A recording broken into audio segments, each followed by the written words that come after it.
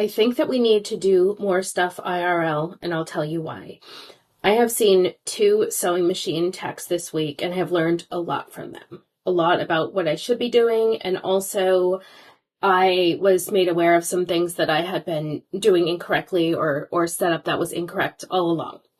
So to start with, I had my Burnett B77 machine and my brother's serger. It's a 1034DX. I brought them to a sewing machine place. When I picked them up on Saturday, each of the machines needed a part replacement, but the store owner, I guess he just didn't want to get the parts.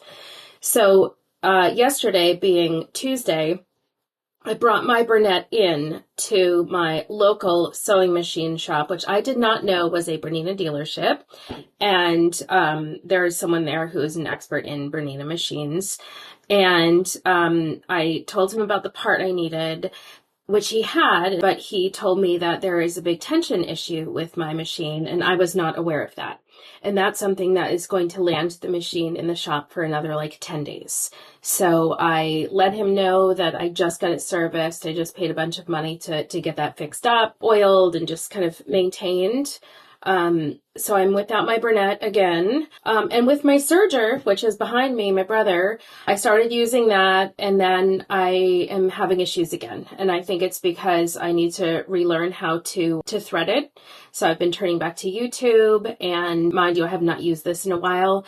So I turned back to YouTube, and then I ended up breaking a needle, which is stuck in there now. So I ordered a needle-nosed plier. The needle that there's a lot of stuff. Anyways, long story short, yesterday was a bit of an existential crisis for me because I learned from the guy at my local fabric store that I don't know a lot about my machine, although I have the PDF for instructions. I turned to YouTube a lot over the past couple of years as I've been learning to sew, and I have been practicing. I've been getting my reps in. I have been making garments, not professionally, but for, family members, doing various things. So I was glad to learn what I did, but it was also kind of disappointing to me to see that there's so much more that I didn't know, and things that, I've been doing along the way that I didn't know were incorrect. So long story short, I'm in the midst of an existential crisis, which is very common for me. So you might hear more on that. And if you're in one too, we can commiserate together.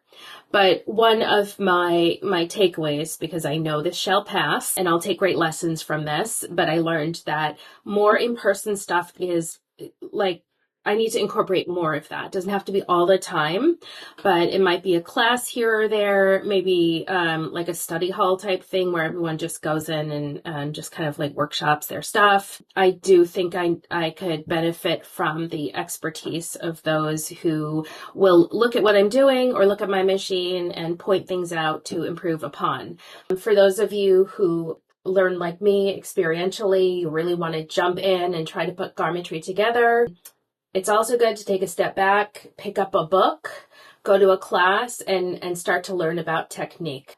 And then one day I hope to be that person that can help and inspire others with all of my expertise and knowledge, not just my encouragement and my enthusiasm, which I have lots of.